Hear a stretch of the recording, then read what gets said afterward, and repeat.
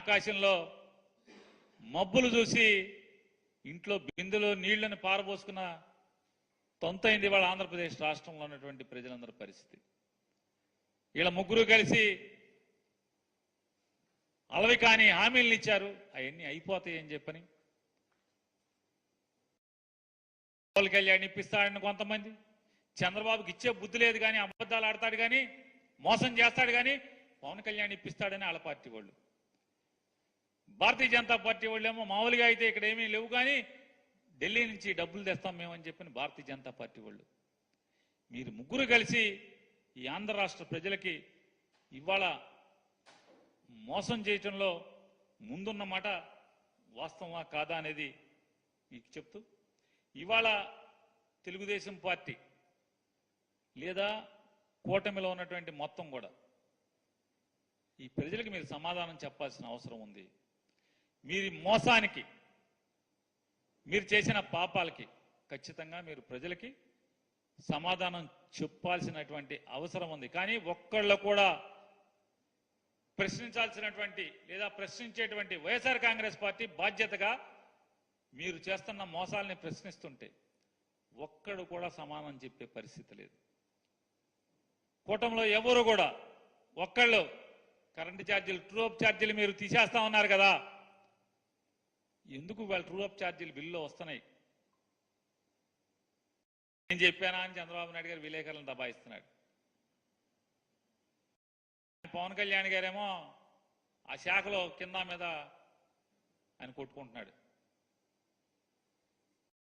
పంచాయతీరాజ్ శాఖ తప్పితే ఆయన తొంగి సోట్ల పక్కకి.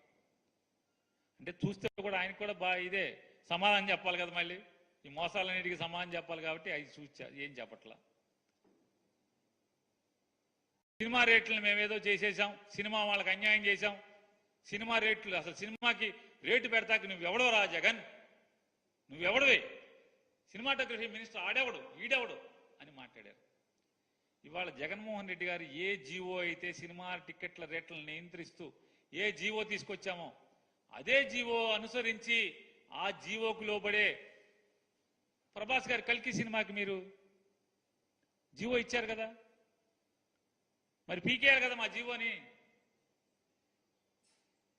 సినిమా వాళ్ళు మీరు అన్నారు అంటే సినిమా వాళ్ళందరూ మీ కాళ్ళకాడికి రావాలా, రేట్లు పెంచి ఇష్టం వచ్చినట్టు పెంచుకోవచ్చు కదా, నువ్వెవడో టికెట్ల గురించి మాట్లాడతాకి, జనానికి ఇష్టమైంది కొనుక్కుంటారు బ్లాక్లో, మీకేంటన్నారు. మరి ఇవాళ ఏంటి, ఎందుకు ఆ జీవోని రద్దు చేయలేదు? ఆ జీవో ప్రకారమే జగన్మోహన్ రెడ్డి గారు ఇచ్చిన జీవో ప్రకారమే మీరు కూడా అదే జీవో ఎందుకు ఇచ్చారు?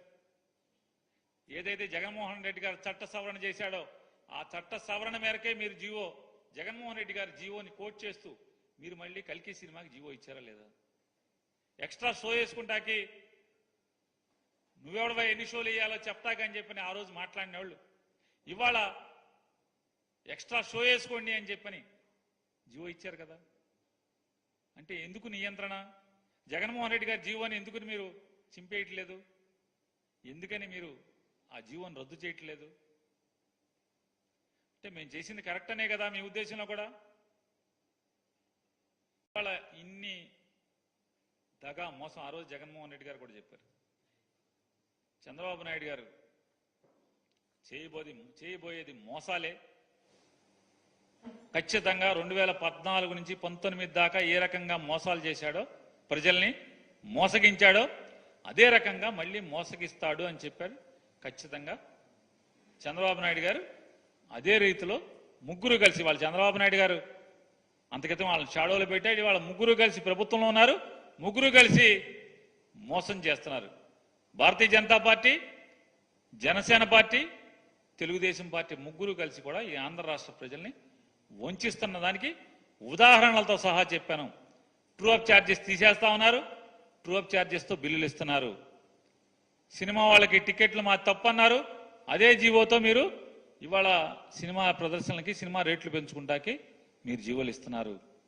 అమ్మకి వందనం అన్నారు, అమ్మకి వందనం పెట్టి పిల్లలకి పంగనామాలు పెడుతున్నారు. అమరావతి సంపద సృష్టించి నిర్మాణం చేసేస్తామన్నారు, ఇవాళ ఎప్పుడవుద్దో తెలియదు అంటున్నారు.